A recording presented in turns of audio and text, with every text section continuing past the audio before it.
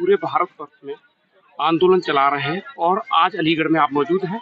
राष्ट्रीय भागीदारी महासम्मेलन में आप अतिथि के रूप में आए थे आज जी। और पूरा देश में ये लोग देखेंगे क्योंकि अभी थोड़ी देर में ही ये चैनल में प्रसारण होगा। तो ये जो क्रांति चल रही है, बहुजन जो क्रांति चल रही है, वो किस तरीके की क्रांति चाहते हैं आप? देखिए, ये क्रांति नहीं है, ये हिस्सेदारी की लड़ाई है। एक्चुअली झूठे लोगों को, चोर लोगों को यहाँ के बहुजनों ने, यहाँ के हक वंचित लोगों ने सत्ता दे दी है। अब वो लोग हिस्सेदारी नहीं दे रहे हैं। जितने आईएएस हैं सब जाति के हिसाब से डीएम बना रहे हैं, जितने आईपीएस हैं जाति के हिसाब से कप्तान बना रहे हैं।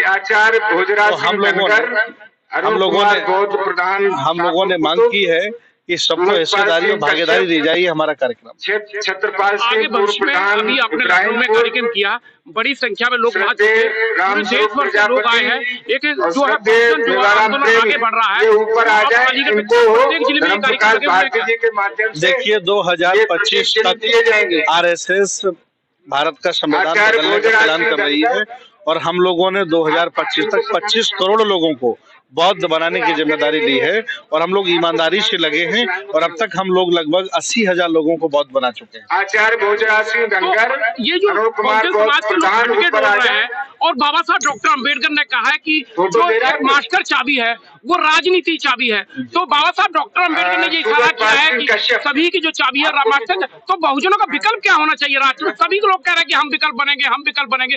तो आप जो है धर्म गुरु है, तो ये आपको दिशा तय करना पड़ेगा कि भाई आखिर हम किधर जाए, हमारा समाज किधर जाए, ये क्या कारण है? देखिए, राजनीतिक अभी कुछ मिलने वाला नहीं है इन लोगों को, चाहे जितना ये हाथ पैर पटके। अब इनके हाथ से चला गया है, दुश्मनों के हाथ में। वो इसका उपभोग करेंगे और उपभोग करके जब यहाँ की जनता ही उन्हें हटाएगी तभी हट पाएंगे। ये पार्टी और नेताओं के बस का काम नहीं रहा। अब गाड़ी हाथ से प्रेमी जी, अच्छा, जो प्रेमी जी मैं भारत की बात कर रहे हैं, लोग बौद्ध में बन रहे हैं, लोग धर्म ग्रंथ कर रहे हैं, तो उनके लिए क्या संदेश देना चाहेंगे आप? देखिए, जो लोग गुलामी महसूस कर रहे हैं, जो ब्राह्मण धर्म से दुखी हैं, वो परिवर्तन करना चाह रहे हैं, उनको हम बौद्ध बना रहे हैं। जो लोग राजनीति का काम करते हैं उनको हमारा बहुत बड़ा धन्यवाद है, वो करते रहे। हमारा काम है व्यवस्था परिवर्तन की लड़ाई। कई बार सत्ता बदली लेकिन व्यवस्था नहीं बदली, इसलिए बाबा साहब की क्रांति को आधार बनाकर हम लोगों को बौद्ध बना रहे हैं। और जब हम भारत में आधे से ज्यादा लोगों को बौद्ध बना लेंगे, भारत बौद्धमय होगा, यह सबको सम्मान मिल जाएगा। अच्छा रतन जी, जिस तरीके से अब जो है सोशल मीडिया पर बहुजन समाज के लोग आगे आ रहे हैं, तमाम सोशल मीडिया पर बहुजनों के चैनल चल रहे हैं, उनके लिए क्या संदेश देना चाहेंगे? देखिए, जितने भी यूट्यूब हमारे हैं, देखिए टीवी हमारा नहीं है, अखबार हमारा नहीं है, जितने भी यूट्यूब चैनल हैं जो समता मूलक समाज की बात करते हैं, बुद्ध की, बाबा साहब की बात करते हैं, उनको सबको सब्सक्राइब किया जाए और सबको दान भी दिया जाए। मैं अपील कर रहा हूँ ताकि लोग हमारे पत्रकार लगे रहें और समाज में अच्छा कार्य करते रहें। सुबीर रतन जी, थेरा जी, बहुत बहुत धन्यवाद। आप हमारे साथ बने रहे, देखते रहिए क्रांतिकारी खबरों के साथ बीरेन जी अरोड़। आपका क्रांतिकारी खबरों में आपका स्वागत है। आप अलीगढ़ जनपद में आए, आप बहुत बहुत बधाई। आप जो अलीगढ़ जनपद में आप अतिथि के रूप में यहाँ मौजूद थे, तो किस तरीके से परिवर्तन की बात कर रहे हैं? भारतीय भागीदारी महासम्मेलन का आयोजन किया अलीगढ़ में, काफी संख्या में लोग जुटे हैं यहाँ पर और बड़ा एक माहौल चल रहा है परिवर्तन का। तो किस तरीके से मध्य प्रदेश से आए, मध्य प्रदेश पिछड़ा वर्ग है, पिछड़ा इलाका है, वहां पर भी लोगों ने क्रांति करी है और वहां से बहुजन समाज ने दो सांसद दिए हैं। पूर्व मुख्यमंत्री अर्जुन सिंह को हराया है, रीवा से, सतना से हराया है। तो किस तरीके से आंदोलन आगे तेज किया जाए?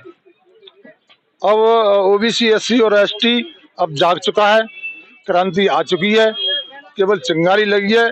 और मध्य प्रदेश में चुनाव नजदीक है 23 में, और आते आते ये 16 बनना है। अब लोग अपना हक मांगने के लिए सब तैयार हैं और हक चाहिए भी, क्योंकि कई सालों से इनका हक दबाया हुआ है, इन पे अत्याचार अन्याय हो रहे हैं। और इसी बात को लेकर मैं एक पद यात्रा निकाल रहा हूँ ग्वालियर से, पैदल यात्रा दिल्ली की। जितने भी ओबीसी, एससी, एसटी पे अत्याचार हुए हैं, अधिकारियों ने किए हैं और बड़ी समाज के लोगों ने किए हैं, उनको लेकर मैं प्रधानमंत्री से सबको अवगत करा के प्रधानमंत्री से मिलना चाहता हूँ और उन पर कार्रवाई करवाना चाहता हूँ। धन्यवाद मोदी जी। सर, ये जो भारतीय जनता पार्टी की सरकार उत्तर प्रदेश में बनी है, लोग कह रहे हैं कि आरक्षण की बात कर रहे हैं, अभी संरक्षण भी प्राप्त नहीं है, जगह जगह हत्याएं हो रही हैं। तो आरक्षण के साथ साथ संरक्षण की भी आवश्यकता है इस बहुजन समाज को, उसके लिए क्या प्लानिंग होनी चाहिए? देखिए, जब तक, जैसे मैंने कहा कि जब तक आप वर्ग विहीन, जाति विहीन जातियों को खत्म नहीं करते, तब तक इस तरह की अत्याचार जुल्म होते रहे हैं। ये जो क्या कहते हैं, हमारा संविधान बराबरी की दर्जे की बात करता है, जबकि ये जो जाति व्यवस्था है ये राष्ट्र विरोधी होती है, लोकतंत्र विरोधी होती है। तो ये होता रहेगा। वो तो सबके लिए जरूरी है कि जाति विहीन और वर्ग विहीन समाज बने। जातियों का बाबा साहब ने पहली किताब लिखी थी, जाति व्यवस्था का विनाश, पहली किताब लिखी थी। और उसके बाद भी अभी भी जैसे मैंने कहा था कि दलित और पिछड़ी जात के नेता जो हैं वो उसको सीमेंट लगा के, गर्रा लगा करके मजबूत करने की कोशिश कर रहे हैं, केवल लोभ लालच के कारण, केवल सत्ता में कब्जा करने के लिए, धन कमाने के लिए। जब तक बाबा साहब की तरह जुनूनी, समर्पित और त्यागी बलिदानी लोग नहीं पहुंचेंगे सत्ता में, तब तक समाज का परिवर्तन नहीं हो सकता। चंद्रा जी, 1980 में एक रामस्वरूप वर्मा जी विधायक रहे उत्तर प्रदेश में। हाँ। और विधायक रहे तो वो विधानसभा में एक प्रस्ताव लाए थे बनाकर। हाँ। और उन प्रस्ताव में ये था, उनका मेन संबोधन ये था कि जो एससी का साक्षात्कार होगा, जो एससी का साक्षात्कार होगा वो एससी के अधिकारी लेने चाहिए, ये उनका था। और जो पिछड़ों का साक्षात्कार होगा नौकरी में, वो पिछड़े के अधिकारी लेने चाहिए। तो वो जो प्रस्ताव था वो गिरा दिया गया। और क्यों गिरा दिया गया? इसलिए गिरा दिया गया, जो पिछड़े वर्ग के जो लोग थे वो हम ब्राह्मणवादी लोभी के साथ खड़े थे। तो क्यों नहीं पिछड़े वर्ग के लोग रामस्वरूप वर्मा जी को अपना आदर्श क्यों नहीं मानते हैं? नहीं, रामस्वरूप वर्मा जी को आदर्श मानना चाहिए, लेकिन साक्षात्कार की बात बताएं कि ये इससे हल होने का नहीं है। साक्षात्कार के लिए है कि कैंडिडेट की जाति, बिरादरी, धर्म अलग रखा जाए। जैसे होता है कोड दे दिया जाता है कि कोड दिया जाता है कैंडिडेट का, मान लीजिए हरिश्चंद्र का 1 दे दिया और गौतम जी का 2 दे दिया, और वो कोड के अनुसार हो। जब उसकी शकल सूरत उसके सामने आएगी, नहीं जाति व्यवस्था किस जाति का नहीं आएगी, तो इस तरह से निष्पक्ष होकर के वो उसका इंटरव्यू होगा और उसमें मार्क्स मिलेंगे। चलिए चंद्र जी, बहुत बहुत धन्यवाद आपके लिए। अच्छी भागीदारी महासम्मेलन किया है आपने, कार्यक्रम में जुटे रहे, लोग यहाँ काफी लंबे समय तक सुनते रहे, एक से एक वक्ता यहाँ पर आए हैं। तो उन लोगों के लिए क्या संदेश देना चाहते हैं जो लोग यहाँ श्रोतागण बंधु थे, जो डटे रहे, अब अपना कीमती समय निकालकर वो यहाँ डटे रहे इस कार्यक्रम में, किस तरीके से धन्यवाद? आप पूरे देश भर में लगे हुए हैं। देखिए, राष्ट्रीय भागीदारी सम्मेलन में जो हमारे आज हजारों की संख्या में साथी लोग आए और लंबे समय तक रुके, मैं उनका बहुत बहुत धन्यवाद करता हूं, उनका आभार व्यक्त करता हूं। विशेष रूप से आरडी प्रजापति पूर्व विधायक, हमारे प्रीतम सिंह लोधी सहित जो मुख्य अतिथि के रूप में और वक्ता के रूप में जो देश भर से लोग यहाँ आए, उनका भी मैं बहुत बहुत धन्यवाद करता हूँ। और भागीदारी सम्मेलन में जो बहुत ज़्यादा मेहनत की है हमारे बाबूजी राजाराम आनंद जी ने, साहब सिंह भैया जी बघेल साहब ने, उनको और उनकी टीम का भी मैं बहुत बहुत धन्यवाद करता हूं, आभार व्यक्त करता हूं। और खास बात यह है कि भागीदारी सम्मेलन का उद्देश्य क्या है। तो भागीदारी सम्मेलन का उद्देश्य है कि हमें 75 वर्ष आज़ाद हो गए। हमारा संविधान ये कहता है कि भारत के प्रत्येक नागरिक को देश की हर संपदा में, चाहे वो शासन हो, प्रशासन हो, जुडिशियली हो, एजुकेशन सेक्टर हो, उद्योग का सेक्टर हो, हमारा मिलिट्री हो, तो उसमें जब हम देखते हैं तो उसमें भी मुट्ठी भर लोग हैं। बाकी जो एक बड़ा समाज है, खास करके ओबीसी का समाज, एससी का, एसटी का समाज, उनकी वहाँ हिस्सेदारी नहीं है।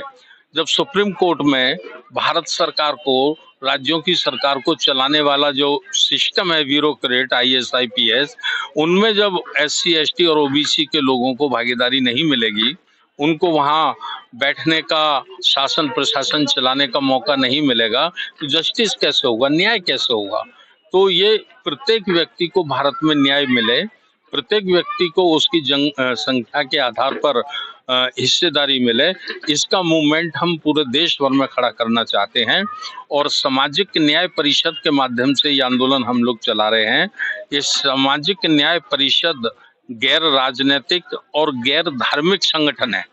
इसमें राजनीतिक में भाग लेने वाले लोग जो सक्रिय राजनीति में रहते हैं, उनको हमने थोड़ा दूर रखा है, और धार्मिक रूप से भी इसको अछूत नहीं बनाया हमने। इसमें SC ST, सिख, मुस्लिम, बौद्ध, पारसी, ईसाई जितने भी लोग हैं, जो चाहते हैं कि भारत में जस्टिस हो, न्याय हो, सबको हिस्सा मिले, सबको भागीदारी मिले और समान रूप से भारत का प्रत्येक नागरिक तरक्की करे, आगे बढ़े। जो इस सोच के लोग हैं उन सबका सामाजिक न्याय परिषद में स्वागत है। उसी का संदेश देने के लिए आज ये सम्मेलन आयोजित किया गया है। धन्यवाद भारती जी, आपका बहुत बहुत धन्यवाद। अलीगढ़ में आगमन पर बहुत बहुत धन्यवाद। क्रांतिकारी खबरों के साथ आपका और जवाहरलाल नेहरू को हम शामिल नहीं करेंगे तब तक कि कोई निष्कर्ष पर हम नहीं पहुंच पाएंगे। इसलिए बाबा साहब आम्बेडकर ने जो संविधान रचना की वो बहुत महत्वपूर्ण है, लेकिन वो लोग भी महत्वपूर्ण हैं जो गांधी ने असहयोग के द्वारा अंग्रेजों को भगा दिया और यहाँ के कपास भेजना बंद कर दिया, मैनचेस्टर का कपड़ा मिल बंद हो गया और इसी तरह नमक सत्याग्रह